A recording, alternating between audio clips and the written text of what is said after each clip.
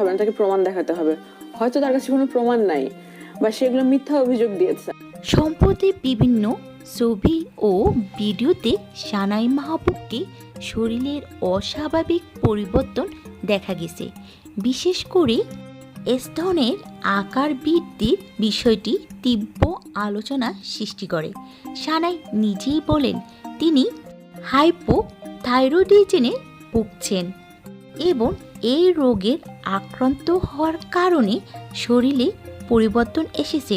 তিনি তার প্রেসক্রিপশন শেয়ারও করেছেন এবং দাবি করেছেন এই চিকিৎসাগত কারণেই হচ্ছে শরীরের স্তন আকার বৃদ্ধির পরিবর্তন।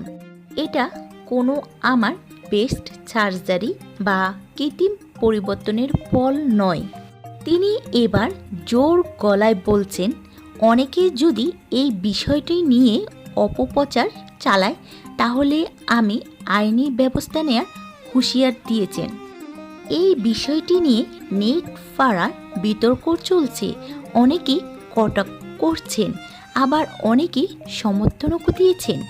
এখানে মনে রাখতে হবে, কোনো ব্যক্তির বিরুদ্ধে যে কোনো অভিযোগ সামাজিক মাধ্যমে ছড়ানো হলে তা প্রমাণের ভিত্তির বিচার হওয়া জরুরি। শুধু অনুমান ও টয়লেনের বিষয়টা বড় হয়। আমরা সবাই চাই শান্তি, ন্যায় ও মানবিক আচরণ বজায় থাকুক।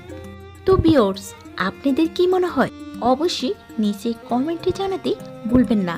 তো আজকে এই পর্যন্ত, কথা হবে অন্য কোনো ভিডিওতে। আল্লাহ হাফেজ।